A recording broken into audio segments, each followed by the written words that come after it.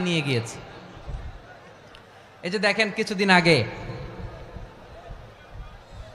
আমাদের বর্তমান নেতা ডক্টর ইউনূস উনি সব রাজনৈতিক নেতৃবৃন্দদেরকে ডেকেছেন একটা ইস্যুকে কেন্দ্র করে।